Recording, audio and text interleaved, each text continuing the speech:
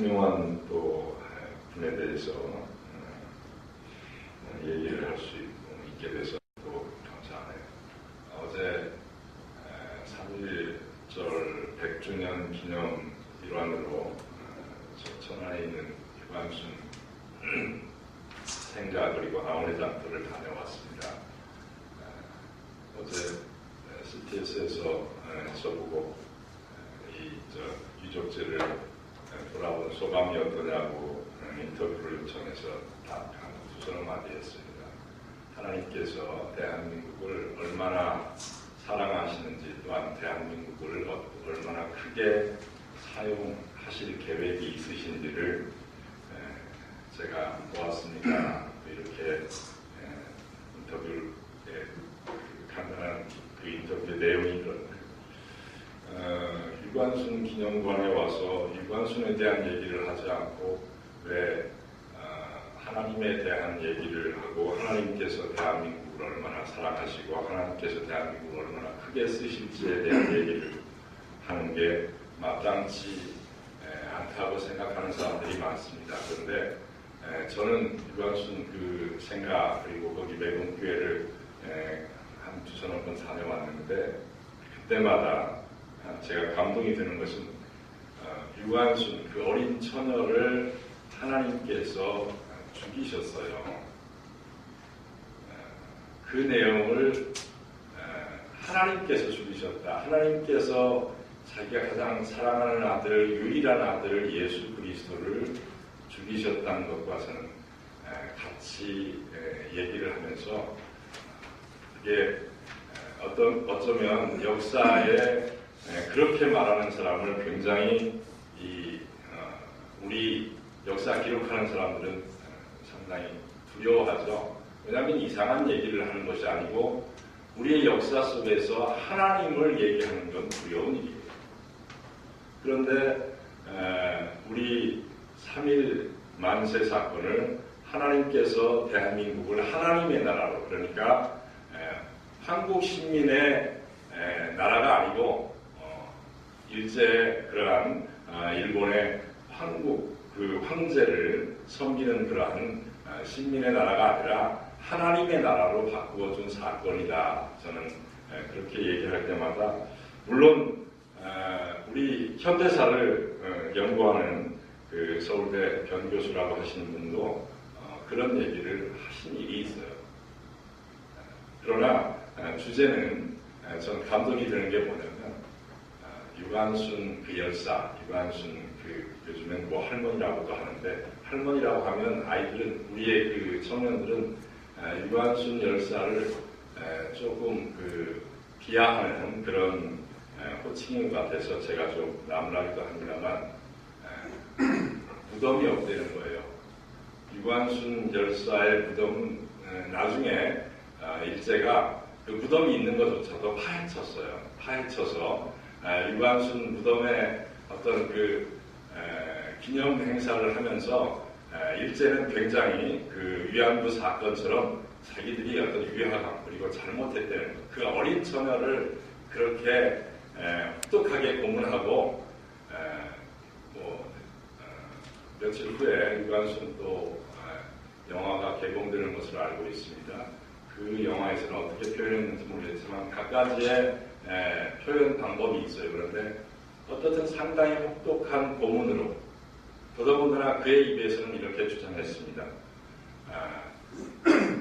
한번 검사님 보십시오. 검사님의 나라가 다른 나라에 침탈이 있어서 그 침탈한 국가를 미워하는 것이 아니고 내 나라, 내 조국을 찾기 위해서 그 자기 나라의 호칭을 부르고 국호를 부르고 만세를 부르는데 그게 무엇이 잘못입니까? 만일 검사님의 입장이라면 이렇게 얘기했을 때 검사님도 그 얘기를 듣지 못하고 귀를 살짝 돌렸다가 자기의 말로 이제 했다고 합니다.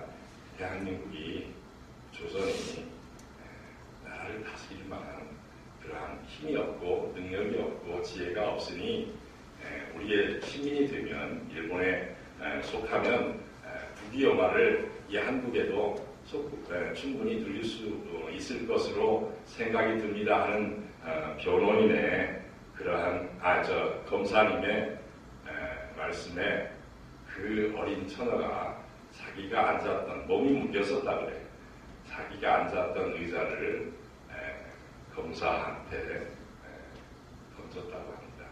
그러므로 죄가 거충하여 이제 법정모독죄까지 합쳐서 5년의 형이 선고되고, 그리고 감옥에서 여러 가지의 일들로 인하여 결국 감옥에서 그가 5년의 석방령이 있었습니다. 형기가 다 맞춰질 때쯤, 그러나 그는 서대문 형무소를 나오지 못하고 그 안에서 일본의 그 기록에 의하면 병사했다. 그런데 실제로 병사한 게 아니고 그를 내보내면 또 다른 아우지장터에 또 다른 만세운동이 점점 더 전개되리라 이렇게 생각을 하고 그를 죽였다라는 그러한, 이것은 야사도 아니고 사실 기록도 없습니다. 아직 밝혀지지는 않았어요. 그 부분에 대해서는. 그러나 미국에 일단 문건이 있는 것으로, 그러나 아직까지도 공개를 안 하는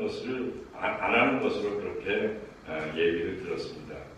어떻든 제가 얘기하는 것은 오늘 우리의 기독교의 핵심 진리 믿음인데, 왜 이 믿음의 마당에 우리 3.1 독립에 대한 얘기를, 그리고 유관순 열사에 대한, 유관순 처녀에 대한 얘기를 하는가라는 것은 바로 하나님께서 유관순 그 어린 영혼을, 어린 심령을 사용하셨고, 그리고 그 어린 심령이 감동이 되어 하나님의 뜻에 순종하고, 그리고 매봉교회가 그 모든 일을 주관했다는 거예요. 매봉교회가 모든 일을 주관했다는 것은 매봉교회에서 신앙교육을 받았습니다. 그리고 이와 학당을 통하여 그가 많은 하나님의 영광에 대한 선교사들의 설교를 들었다는 것입니다. 그리고 그 이후로 많은 사람들이 깨어나기 시작했습니다. 많은 젊은이들이 깨어나기 시작했어요. 이 나라는, 대한민국은 그 당시에 조선은 황국 시민이 될 그러한 나라가 아니고 하나님의 나라로 변해가고 있다는 그러한 선교사님들의 그 메시지가 그 젊은 가슴을, 또한 그 어린 가슴들을, 어린 청춘의 심령들을 깨우기 시작했다는 것입니다. 그리고 그 심령들이 하나님께 순종하여 하나님의 사역자가 되고 하나님과 하나님의 마음을 알아서 자원하여 그들은 만세를 불렀습니다. 그리고 끝내는 그의 무덤조차도 이 땅에 두지 않으신 하나님, 그분께 영광을 돌렸다는 말씀입니다. 오늘 우리는 이 얘기를 통해서 믿음이 어떻게 성장해 나가는가, 물론 국어사전에 보면 믿음은 어떤 신념, 어떤 사상, 또 어떤 사람, 어떤 사실, 그러니까 오늘 우리는 그 3.1절에 대해서도 3.1절에 대하여 대한독립 만세를 부른 사건을 얘기하는 게 아니고 바로 그것이 하나님께서 하나님의 나라의 확장을 위하여 대한민국을, 당시의 조선을 사용하고 계셨다. 그리고 그 어린 청춘, 유관순, 그리고 많은 사람들을 사용하고 계셨다는 얘기를 오늘 하고 싶습니다. 그런데 바로 그러면 그것을 어떻게, 역사의 기록에는 그렇게 얘기할 수도 없고, 무슨 하나님, 이 역사 속에 어떻게 하나님이 개입될 수 있는가, 우리가 이것을 믿음으로 바라볼 수 있는가. 나를 보면, 여러분들을 보면 하나도 이 땅에 이 모든 일들이 어떻게 전개되어 갈 것이고 우리의 미래가 무엇인가를 도대체 알 수 없는 것이 우리의 짧은 소견입니다. 우리는 지혜가 없어요. 우리는 지식도 없습니다.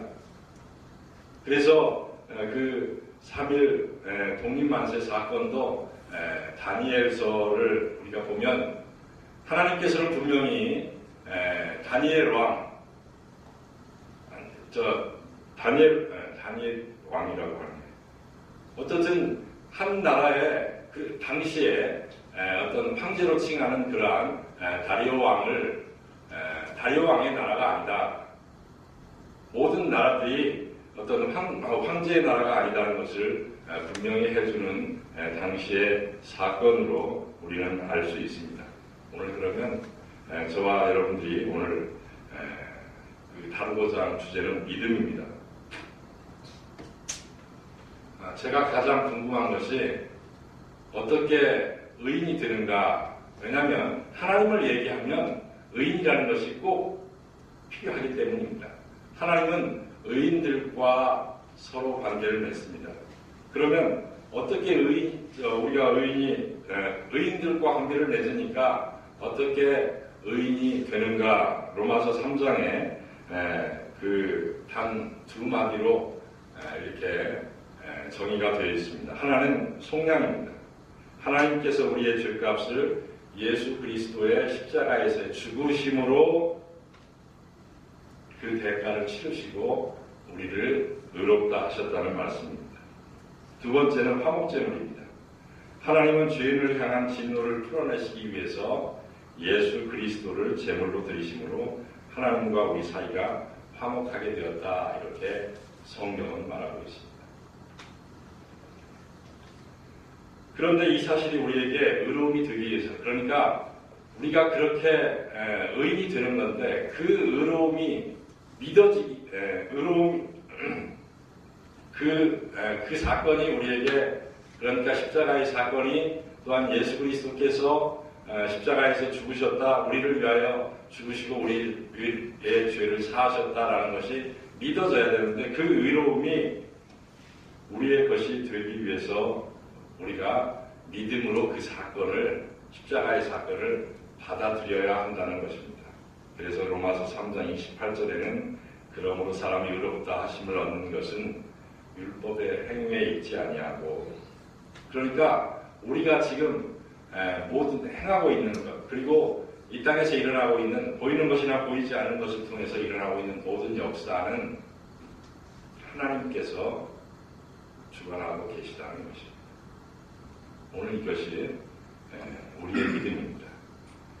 어떤 사실을 믿는 것이 아니고 하나님께서라고 하는 그 하나님께서 이 땅의 모든 일들을 주관하고 계시다. 왜냐하면 이 모든 것들은 하나님께서 창조하셨기 때문이다라고 성경은 말하고 있습니다. 우리가 이 사실을 믿을 때, 그러니까 하나님께서 행하신 사건, 하나님께서 예수 그리스도를 십자가에서 죽으시고 속량하신 사건과 우리의 죄를 사하신 사건과 또한 그 화목제물로 예수 그리스도를 세우셨다는 그 일들을 우리가 믿음으로 우리가 의롭게 된다. 이것이 성경에서 우리에게 말하는 믿음이라는 것입니다. 자, 그렇다. 이렇게 의롭게 된다는 것을 믿음으로 되는 것인데, 그렇다면 여러분 과연 이 믿음이라는 것이 무엇인가 오늘 말하고 싶습니다. 쉬운 것 같은데 그 내용이 그렇게 간단치가 않아요. 오늘 우리가 비록 짧은 시간이지만 믿음에 대해서 성경적인 개념을 우리가 꼭 바로 세워야 하고 성경 안에서 믿음이 뭐라고 하는가라는 것을 찾아야 합니다. 오늘 보면 조금 전에도 얘기했지만 사전적으로는 어떤 사실들이나 또한 사람들을 다른 사람의 동의를 구하지 않고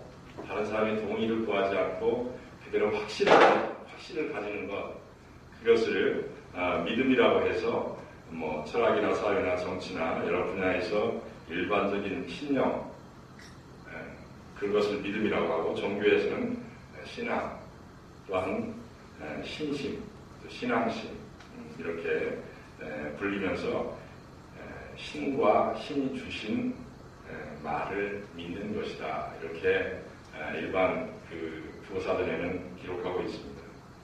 사전적 의미를 좀 더 쉽게 간추려 정리하면 이렇습니다. 일반적으로 사람들이 생각하는 믿음은 어떤 사실이나 사람을 진리로서 믿는 것입니다. 그런데 기독교인들 중에서도 이 믿음을 이렇게 생각하시는 분들이 있어요. 그래서 믿음은 믿음을 어떤 사실을 이해하고 받아들이는 것이라고 생각합니다. 쉽게 말하면, 1919년에 유관순 그러한 그 열사를 통해서 이 땅에 독립만세 사건의 단초가 싹트기 시작했다라고 믿는다는 것입니다. 우리는 그런데 성경에서는 그것을 믿음이라고 생각하지 않아요. 그러면 우리가 야고보서에서 보면 내가 하나님은 한 분이신 줄을 믿느냐 잘하는다 귀신들도 믿고 떠느니라. 자, 귀신들은 하나님에 대해서 우리보다 더 잘 이해합니다. 그렇다고 우리가 귀신이 믿음이 있다고 하지는 않습니다. 그러니까 성경에서의 믿음은 어떤 사실을 진리로 이해하고 인정하는 차원은 아니라는 것을 우리는 알 수가 있습니다. 그렇다면 성경에서 말하는 믿음이라는 것이 어떤 것인가? 그것은 하나님에 대한 신뢰를 가지고 성경에서는 믿음이라고 하고 있습니다. 이 말이 조금 어려울 수 있으니까 성경 안에서 우리가 사례를 좀 찾아보고 싶습니다. 믿음의 조상인 아브라함을 한번 생각해보면 그가 창세기 12장에서 하나님께 부름을 받습니다. 하나님은 그에게 땅과 씨에 대한 약속을 하시죠. 그때 아브라함에게 믿음이 있었을까요? 그때 그 아브라함은 어떤 한 분의 신이 계시는구나 이 정도 알고 있었을 것입니다. 왜냐하면 13장에 가면 아브라함이 자신의 아내를 유일하고 속이는 사건이 등장합니다. 믿음이 있다면 그렇게 자기의 아내를 자기의 목숨이 두려워서 자기 아내를 내주면서까지 이제 자기 아내를 유일하고 속이는 그런 사건이 있을 수가 없죠. 아직까지 하나님이 어떠한 분이신지를 모르니까 이렇게 사는 것입니다. 그리고 15장에 하나님이 아브라함과 언약을 맺는 장면이 등장합니다. 그런데도 불구하고 16장에 가면 아브라함이 하나님의 약속을 믿지 못하고 첩을 통하여 아들 이스마엘을 낳는 장면이 나옵니다. 17장에 가보면 하나님께서 15장의 언약을 반복하시면서 12장에 말씀하셨던 땅과 씨에 대한 약속을 반복하여 말씀하십니다. 분명히 너에게 아들을 주겠다고 다시 말씀하시죠. 그런데도 18장 바로 다음 장에 가보면 아들을 주신다는 하나님의 약속을 사라가 믿지 못하고 웃습니다. 내게 이제 내년이면 아이가 있을 것이다 하니까 무슨 내 남편도 늙었고 나도 늙었는데 무슨 아이가 있을 것입니까 하고 비웃습니다. 그리고서 20장에 가니까 아브라함은 자신의 아내를 유일하고 다시 또 거짓말을 하는 사건이 나오죠. 21장에 가면 이제 그때 가서 그에게 100세가 된 아브라함에게 그리고 자기 아내는 90세가 된 사라에게 아이가 태어나죠. 그리고 그 아이는 22장에 가보니까 바로 그 다음 장에 가보니까 이제 그 아브라함은 그 이삭을 자기 아들을 번제로 드리는 장면이 나옵니다. 이렇게 아브라함의 신앙의 여정을 보면 아브라함의 믿음이라는 것이 실제로 나타난 것이 보면 12장부터 시작해서 하나님을 만난 사건부터 시작해서 22장까지 10장이 넘어가서야 아브라함의 믿음이 나타납니다. 그 전까지의 모습은 믿음이 있을 때도 있고 또한 없을 때도 있습니다. 하나님과의 인격적인 교제를 통한 지식이 없으니까 그러니까 이 아브라함이 하나님과 직접 같이 동거하면서 하나님을 경험하고 그러한 경험이 없으니까 이제 그는 하나님을 신뢰하지 못합니다. 그러나 22장 가서 그러니까 쭉 같이 하나님과 같이 살아가면서 22장에 가서야 비로소 아들 이삭을 번제로 드리라는 하나님의 시험에 주저함이 없이 이제 믿음이 그에게 겨자씨만한 믿음이 싹트고 그리고 이삭을 그 하나님께 드리면서 자기의 믿음이 의롭다 하나님께서 이렇게 말씀하십니다. 이러한 아브라함의 신앙의 여정을 보면서 믿음이 무엇인가를 깨닫게 되죠. 그러니까 기독교 신앙에서 믿음이란 하나님과의 관계에서 출발한다고 볼 수 있습니다. 우리는 아브라함이 22장에 가서 시험에 통과했다. 그러니까 대단한 믿음이 생겼어. 아니요. 그 뒤에도 마찬가지입니다. 하나님께 시험에 통과한 뒤에도 아브라함은 그리 하나님께 신실한 기쁨을 드리는 그러한 사람은 아니었습니다. 그러나 하나님은 신실하셨습니다. 하나님은 그에게 약속하신 것을, 그에게 약속하신 12장에서 약속하신 그 땅과 씨를 주겠다고 하는 그 약속을 아브라함은 여러 차례에 걸쳐서, 수차례에 걸쳐서 계속 자기 안에도 비웃기도 하고, 또 하나님을 믿지 못해서 다른 척과 그렇게 동거하여 그렇게 같이 동침하여 이스마엘을 낳으면서도 하나님은 끝까지 신실하게 그에게 이삭이라는 아들을 주셨다는 것입니다. 그러니까 하나님은 아브라함을 끝까지 양육하고 키워가면서 키만 자라게 하는 게 아니고 사람의 육신만 자라는 게 아니라 마음을 키워갔다는 것입니다. 그리고 끝까지 하나님은 신실하게 아브라함에게 약속한 그 씨앗, 이삭이라는 기쁨의 씨앗을 그에게 안겨주었습니다. 아브라함이 100세, 그리고 사라가 90세. 그리고서 그때부터 이제 그 겨자씨만한 믿음을 통해서, 그 합격한 믿음을 통해서 하나님은 하나님의 역사를 이루어 가십니다. 우리가 이 땅에서 살아가면서 우리는 믿음이란 어떤 것인가 라고 얘기할 때, 아까 얘기한 것처럼 우리가 3.1 기미 독립운동 사건도 하나님께서 대한민국을 하나님의 나라로 확장하여 하나님께서 뜻한 바 많은 심령들을 구원하시기 위해서 그 젊은 유관순 그 열사의 심령을, 그리고 그의 순종을, 그의 믿음을 사용하셨다는 것입니다. 그것이 믿음입니다. 그리고 그 후에 우리가 어떻게 변하기 시작합니까? 대한민국이 어떻게 변하기 시작해요? 물론 많은 문제점도 가지고 있습니다. 우리는 온전한 세상을 살아가고 있지는 않습니다. 그러나 지금 이 땅에서 대한민국이 차지하는 그러한 여러 분야에서의 일들을 보면 우리가 단순히 경제 대국이 되었다는 얘기를 하고 있는 것이 아닙니다. 특별히 제가 CTS 방송을 통해서 많은 선교사들의 활동을, 그리고 저희 교단에서도 상당수 선교사들을 보내고 있는데, 대한민국이 가장 확실한 분야에서 하나님의 뜻을 이루어가고 있다는 것은 선교사들의 활동을 보면 우리가 알 수 있다. 우리는 오늘 이 자리가 하나님의 역사를 말하는 자리이고, 또한 하나님을 믿는 자리이며, 하나님과 동거하는 자리이고, 하나님과 함께 살아가는 자리입니다. 하나님께서 우리에게는 성령을 부으셨죠. 그리고 그 성령을 통해서 내가 어떻게 이 세상을 구원하여 나가고 있는가를, 아까도 잠깐 특송을 할 때 이 세상에 한 조각의 배가 던져진 망망대에 한 조각의 이력턴주로 정말 종이배 같습니다. 돛담배 같아요. 그것도 어떤 튼튼한 철로 만든 그러한 배가 아니라 정말 우리가 소꿉장난하던 종이배 하나가 둥둥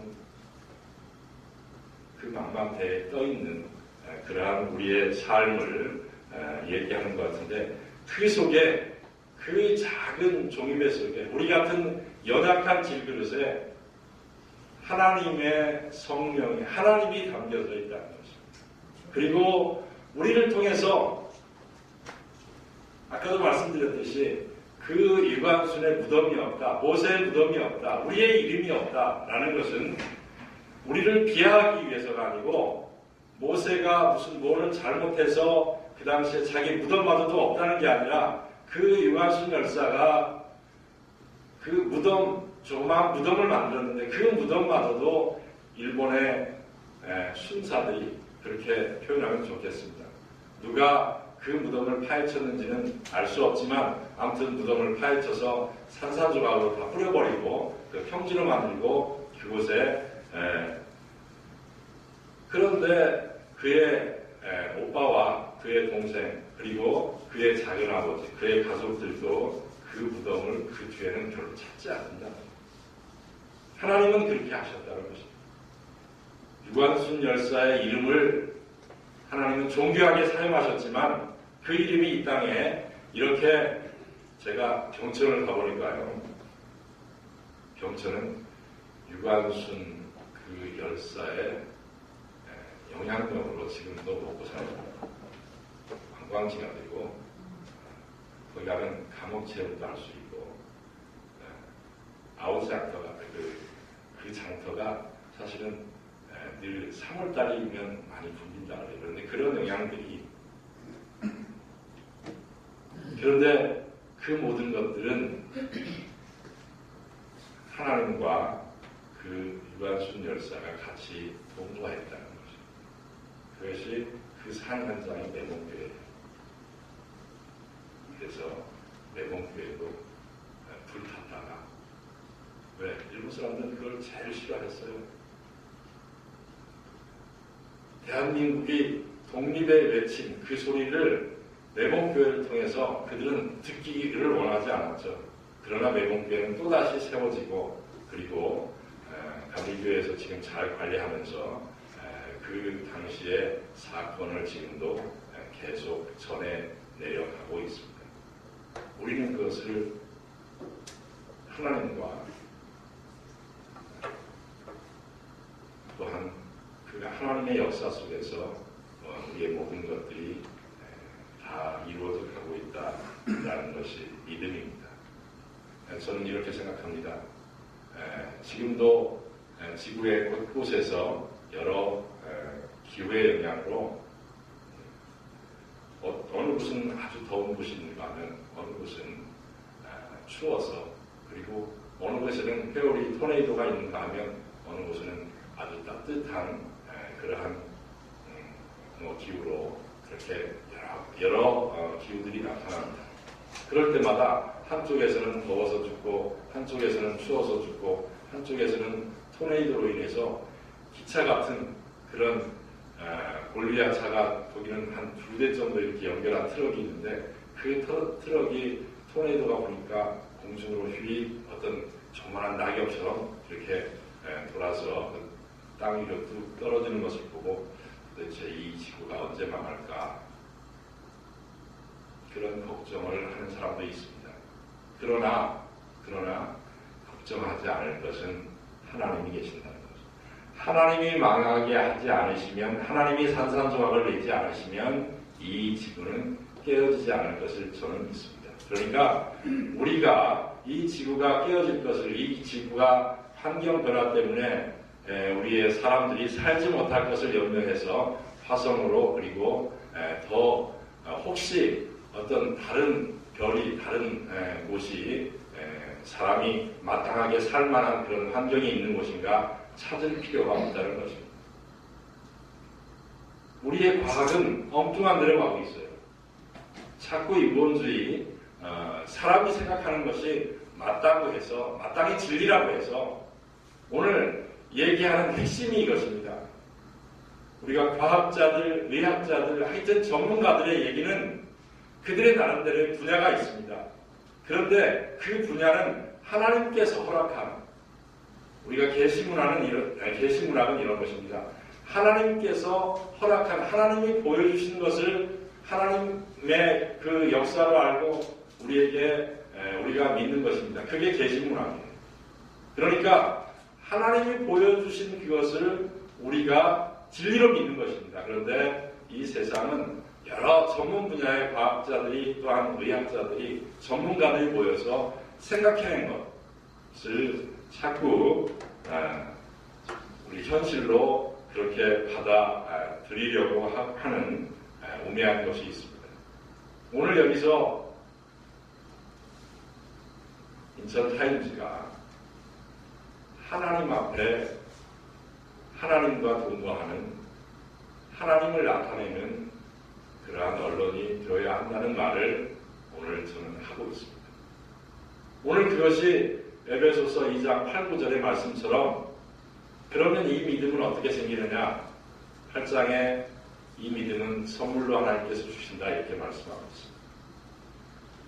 아도핑크 신학자가 우리에게 남긴 그 말 한마디 중에 중요한 말이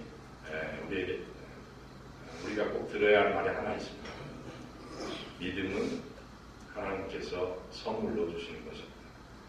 우리가 그러면 어떻게 이 믿음이 작은 겨자씨만한 믿음이 점점 커져서 열매를 맺을 수 있는 많은 새들이 거기에 와서 그 열매를 따먹고 그러한 큰 믿음으로 그렇게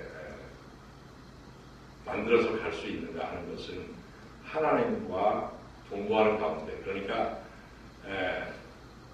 이렇게 설명하면 어떨까요?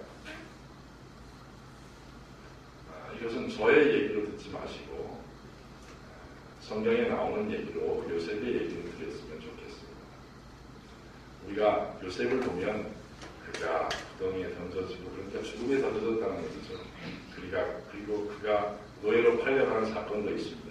이 땅 안에서 노예라는 것이 지금도 현실적으로 있습니다. 특히 우리 일본은 그들의 그 전쟁사를 당연한 것으로 얘기를 많이 하죠. 그리고 우리를 노예 삼으려고 했습니다. 그리고 그들의 그 우파들의 생각들은 지금도 그렇게 가지고 있는 것 같습니다. 그런데 우리는 그 노예 삼음으로 우리의 인생이 노예가 아니라는 것을 하나님께서 분명히 말씀하시죠. 하나님과 동거할 때는 노예가 친구가 되고 노예가 자녀로 변하고 있습니다. 어떻게? 하나님과의 자녀, 하나님의 자녀로. 우리가 하나님의 자녀로 된다는 것은 하나님의 보호 아래 있다는 것입니다. 그러니 이 땅에서 일어나는 어떠한 사건, 특별히 내 주위에서 내게 영향을 미치는 그러한 사건들이 우리는 인과응보적 그런 철학적인 그런 그 개념이 가장 중요하다고 생각하는데, 그러니까 원인이 있다는 거죠. 네가 뭘 잘못했기에, 그리고 네가 어떤 욕심을 가지고 있기에 자꾸 나와 나의 어떤 그 행동에서, 나의 행위에서 그 결과를 얻는다고 하는 그러한 생각들을 가지고 있는 것이 우리의 사람들의 진리이고 사람들의 생각의 오름입니다. 그런데 성경은 그렇게 말하고 있지 않습니다. 성경은 하나님께서 우리와 함께 하시면서 이 세상을, 또한 나를, 나의 삶을, 나의 인생을 관리하고 보호하고 그리고 주도하고 계신다는 것입니다. 오늘 이것이 인천 타임즈가 가지고 있는 사명이라고 생각합니다. 사람의 모습들을 비추지 마시고 그 사람의 모습들의 그 사건 속에서 하나님이 무엇을 말하고 있는가를 이 인천 타임즈의 언론이 정론으로 그렇게 만들어 가야 된다고 봅니다. 우리는 하나님께 헌신 예배를 드리고 있습니다. 인천 타임즈가 하나님께 헌신한다는 말씀입니다. 그것은 인천 타임즈를 서로 같은 마음으로 이끌어가는 모든 후원자들과 그리고 또한 거기에 직책을 맡은 분들과 또 자문 그리고 서로 마음을 같이 하여 기도하는 모든 사람들이 하나님의 일을 하고 있다는 것을 확실히 기억해야 한다는 것입니다. 그래서 이제 요셉이 그렇게 노예로 팔려가고 그리고 또한 노예로 팔려가지만 그의 인생이 완전히 추락하는 것은 아니지 않습니까? 노예로 팔려갔는데 그가 참 운이 좋아서 당시에 그 애굽의 가장 높은 사람의 그런 노예로 들어가죠. 거기서도 신임을 받습니다. 얼마나 그가 참 잘생겼는지, 그가 얼마나 신실했는지, 그리고 얼마나 훌륭하게 보였는지, 그의 보디발이라고 하지만 아무튼 그의 그러한 그 아내가 또 어떤 정을 나누자고 하죠. 그럼에도 불구하고 그는 한마디 외치는 게 있습니다. 내가 하나님 앞에서 득죄하지 않겠다는 것입니다. 하나님과 늘 함께 했다는 것입니다. 그런데 그 믿음은 바로 그가 한 단계 그가 구덩이에 던져질 때도 그가 노예로 팔려갔을 때도 그의 삶이 완전히 절망으로 나락으로 추락하지 않았다는 것입니다. 망망대해에 그 이력경주 종이배 하나처럼 아무런 힘이 없는 그 바람 한번 휙 불면 그냥 바닷속으로 그 망망대해 속으로 잠식해버릴 그러한 종이배 하나지만 우리의 인생이 그렇게 보이지만 하나님께서 이끌어 가실 때 우리의 인생은 그 종이배 하나는 하나님의 보호 속에 있다는 것입니다. 이 세상에서 어떤 얘기를 들어도 우리는 그 말들에 어떤 신뢰하지 않을 수 있는 믿음이 있습니다. 오늘 그 믿음 때문에 우리가 하나님께 예배드리고 하나님을 찬송하고 또한 하나님께 기도하는 내일도 올림푸스 호텔에서 어머니 기도회라는 것이 열립니다. 우리가 기도할 수 있는 그러한 힘은 그러한 기회는 하나님께서 우리에게 내게 돌아오라고 내 보호 아래 너희들이 들어오라고 하나님께서는 지금도 부르고 있다는 것입니다. 기도회, 예배, 다른 어떤 것보다 더 열심으로 찾고 찾으십시오. 그리고 그 속에서 하나님을 만나십시오. 나를 지키시고 나를 보호하고 나를 이끌고 계시는 하나님, 그리고 이 세상의 모든 것들을 다 주관하시고 섭리하시는 하나님, 바로 그분이 오늘 저와 여러분들과 예배를 주관하시고 예배를 받으시며 또한 예배를 이끌고 계신다는 확실한 믿음으로 오늘 저와 여러분들이 이해할 수 있도록, 그래서 우리가 포럼에서는 조금 주의해야 할 게 있습니다. 포럼에서의 주제 핵심은 보통 보면 인간 승리에 대한, 그리고 인간이 체험했던 것에 대한 얘기들을 주로 하면서 하나의 도류로 점점 더 확장시켜가고 있는 것을 볼 수 있습니다. 조금 조심해야 할 것은 그 속에서 하나님이 이끄셨다는 말 한마디를 삽입할 때 그게 진정한 포럼이 된다고 생각합니다. 우리의 포럼은 우리가 생각한 것이 아니고 또한 우리의 인생은 우리의 것이 아니라는 것을, 그러나 우리의 것이 아니라는 것을 때문에 아니 나야, 내 거야, 내가 내 마음대로 할 수 있어, 나로 해서 내가 무엇을 만족하고 느껴야지, 그리고 내가 가지고 있는 기쁨이 있어야지, 난 절대 이광순 열사 같은 사람이 될 수 없어 하고 지금 부르짖고 있다 하더라도 그를 돌이켜서 로봇처럼 어떤 조종해서가 아니라 기계처럼 조작해서가 아니라 하나님은 그를 끝까지 사랑하셔서 그가 하나님께로 울며 불며라도 두 손을 들고라도 하나님의 품 안에 안길 수 있도록 하나님께서는 사랑을 베풀어 주십니다. 하나님은 우리를 로봇으로 다루지 않습니다. 하나님은 우리를 기계로 그렇게 생각하지 않습니다. 버튼 한번 눌러서 너 이리 와, 너 잘못했어, 너 죽어, 아니면 너 내가 말하는 대로 해, 이렇게 말하지 않는다는 것입니다. 하나님은 우리를 끝까지 사랑하시고 우리의 수준으로, 우리의 높낮이로, 말씀이 인간이 되셨다는 말씀은, 성육신이 되셨다는 말씀은 우리 가운데 우리의 높낮이로 내려오셔서 우리를 끝까지 이해시키고, 그리고 하나님은 우리의 사랑을 확인하는 그러한 자리까지 우리를 이끌어 가신다는 것입니다.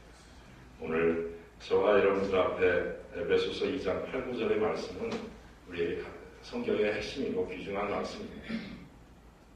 특별히 믿음, 그리고 그 믿음은 하나님께서 우리에게 허락하신다는 것과 하나님은 끝까지 우리를 사랑하셔서 우리가 하나님의 신실한 자녀가 될 때까지 영화로운 모습으로 예수님처럼 테두리에서 표현하는 게 후광이죠. 그게 능력이기도 하고 또한 영광이기도 하면서 우리가 가장 중요한 건 예수님은 하나님 아버지께 순종하셨고 또한 십자가를 지셨고 그리고 영광을 얻으셨다는 것입니다. 예수님은 영광을 얻으실 필요가 없습니다. 예수님은 하나님이세요. 그런데 예수님은 그 어떤 자기의 영광을 얻기 위해서 노력하실 분이 아닙니다. 그럼에도 불구하고 예수님은 끝까지 자기 아버지께 순종하셨습니다. 그것이 바로 저와 여러분들의 삶입니다.